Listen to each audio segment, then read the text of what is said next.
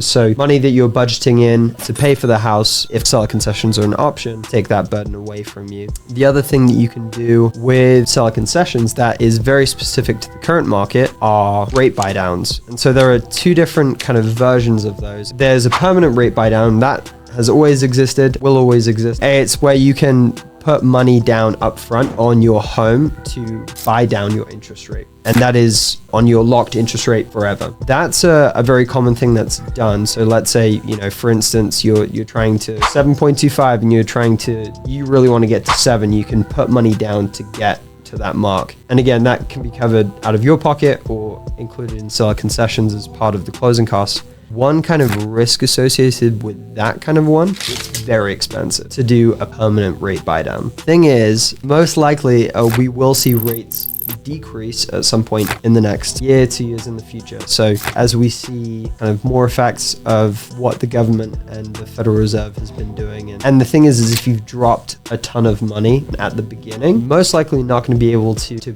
reap the rewards of that, because when you're putting down kind of the money to do a permanent rate buydown, it will take about 3-4 years generally to kind of recoup the savings in your monthly payment to the money that you've put down. So a permanent rate buydown, especially like a big rate buydown, I generally don't recommend. Something that's come up recently, and actually I don't think it existed in the market since like the 80s, is temporary buydowns. On ones that you worked on, how often do you see people going after temporary buydowns? Depends on the buyer. Yeah.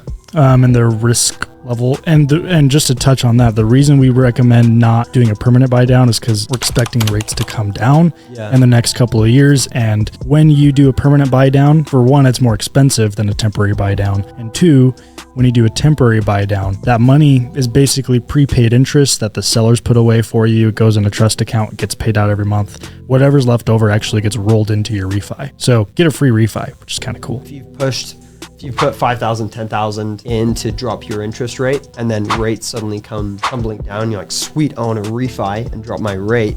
That the money's gone. You can't recoup any money for permanent rate buy down. So yeah.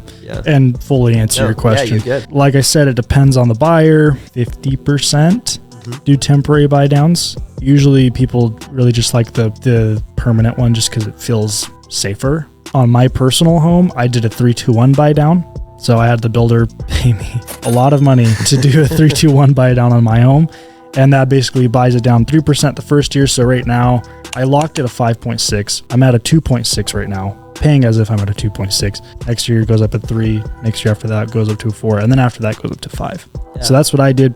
I recommend that to all my clients. It's just pretty good. Yeah. So let's dive further into that, because I had 2.6 and you told somebody that they could be paying a mortgage payment of a 2.6 mortgage. And I didn't buy my home 2 years ago either. I bought it 6 months ago. So it's possible, guys. Yeah. So basically there's a couple of different versions of the temporary buy down, depending on the amount of concessions that you're able to get from the seller. Depends on kind of which level of buy down you can do. Like the very cheapest one is called a 1.0 buy down, which basically for the first year, it makes it as if your payment is on an interest rate 1% less. So let's say your actual interest rate is 7%. Regardless of the buy down, your interest rate is 7%. That's the one that's going to be in your loan documents. That's the one that, that is what your loan is at. But let's say you have a 1.0 buy down, so 1 year buy down. Your payments for that first year will be representative of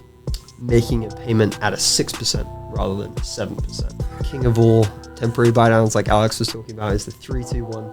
So the first year you're paying a payment of 3% less, 2%, 1%, and then it reverts back.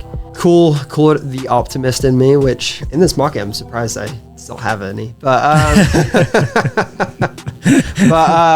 I definitely don't see us being in the same rate environment that we're currently in 3 years' time or even 2 years' time. So the likelihood will be opportunities to refinance and get to make that temporary rate buy down permanent. And so that you're not just paying a 6% for a year, you're not just paying a 6% for 2 years, but that you can refinance and have that lower payment continue. So it is an option that can really help home buyers that are in a tough situation. Maybe right now they're just really strapped for cash, with interest rates high, with credit card rates high, with everything under the sun high, from grocery store stuff to gas to anything, right? And so it can help provide the means to still get a home and not be just chucking tons of money